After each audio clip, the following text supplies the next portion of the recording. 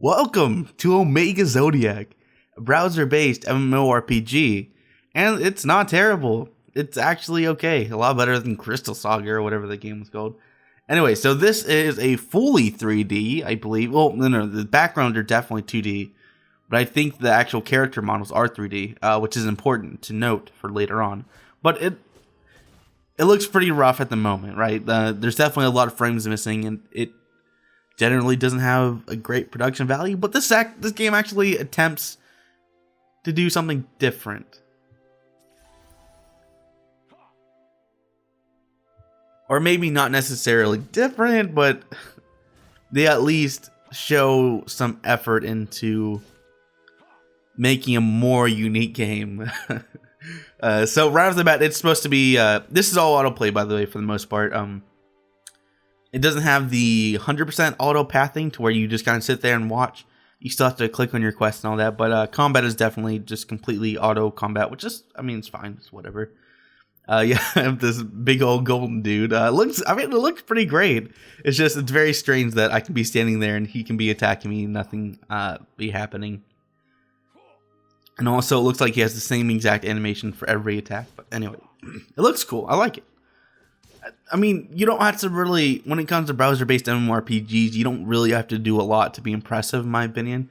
Just doing like a couple of things that catch my attention is enough to make it worth my while, I guess. And this is weird-ass Castlevania. I don't even know what you would call that. In like Adobe Flash, that's called onion skinning. I don't know what it's called anywhere else, but it's neat. It's like it's just dumb enough to like make me laugh and, you know, give this game my attention.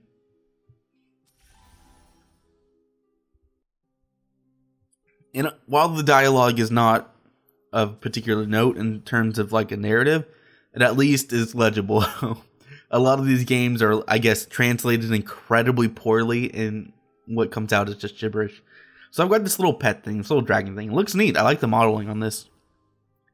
All the 2D backgrounds are incredibly generic. Like, I would not be surprised if this is just straight up backgrounds used in other browser-based MMORPGs. But the modeling, I think, is quite good. It's still generic, but at least it looks neat. Like, you have Golden Angel chick over there, got my dragon, I'm a warrior. You can also pick from a mage and I think an archer. I don't know. I always just pick the warriors because they're the most straightforward. And then this dude's Poseidon.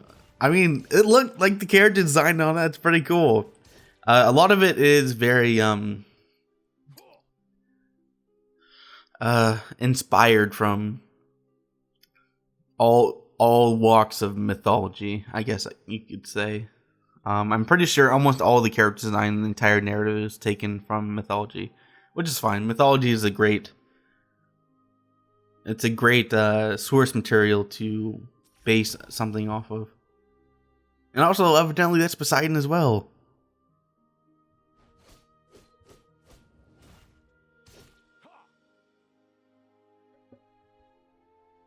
Could have fooled me.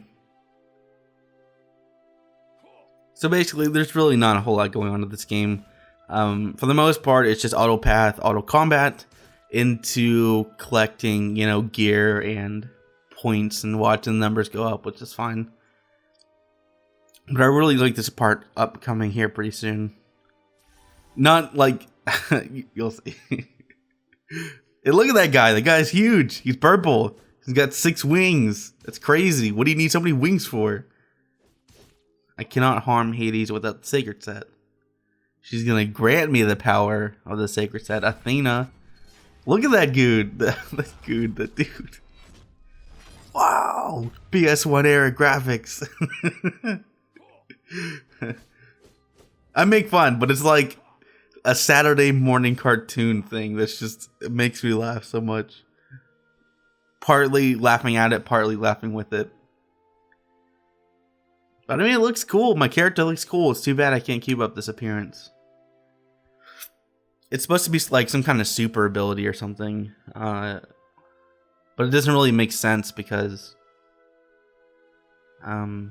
That's not something you time. It's something you're forced to use at every major boss battle, I guess. I'm sure you could probably call upon it if you really wanted to, but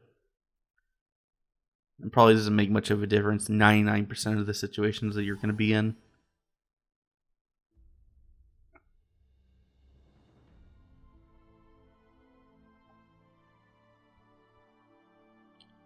So that's one of the major things that I rather liked about this game, more so than other browser-based MMORPGs. And I mean, the bar is set pretty low.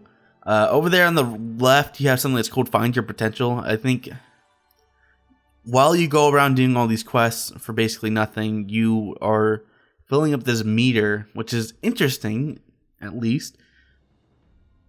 And then you have skills down at the bottom. I didn't really mess with all that stuff. And I like that they don't clog up the screen with a ton of UI. But then again, that could just be a result of the 19 by 20, 1980 by whatever.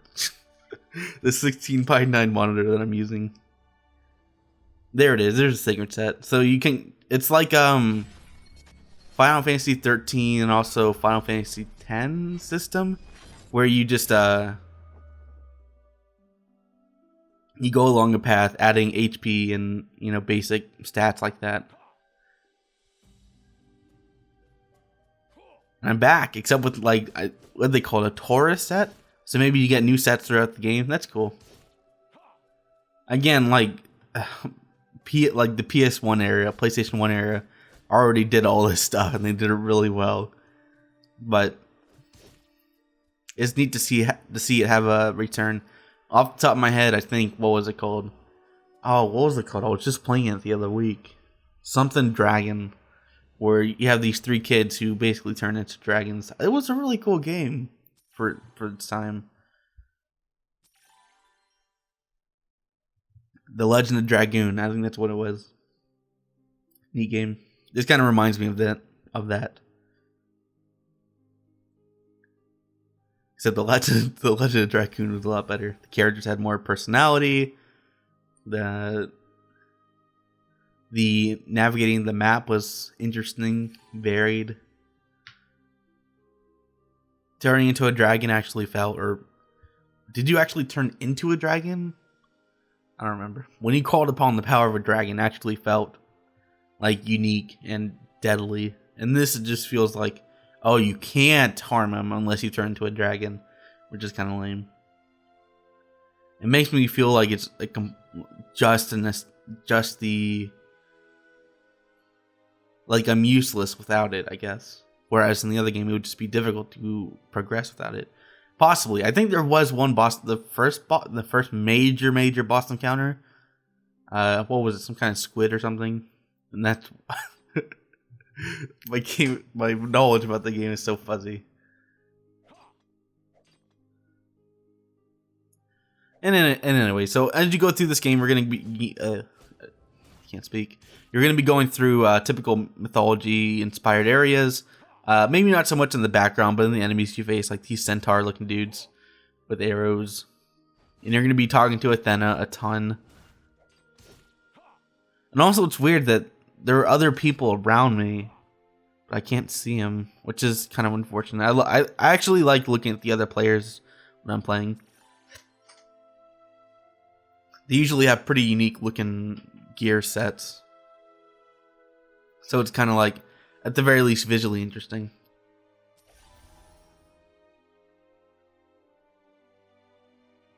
Is that Tyr? Tyr? I thought that guy had like a missing eye, a missing arm, something about like the wolf. This giant wolf attacked like Odin, and then he had to tame it, and he lost a whole bunch of his body. And mind you, this is the mythology I read in the 4th grade. I was big into mythology then. Also playing Age of Mythology. I could also be biased toward liking mythology-based properties like this, because it's so deeply ingrained into my brain.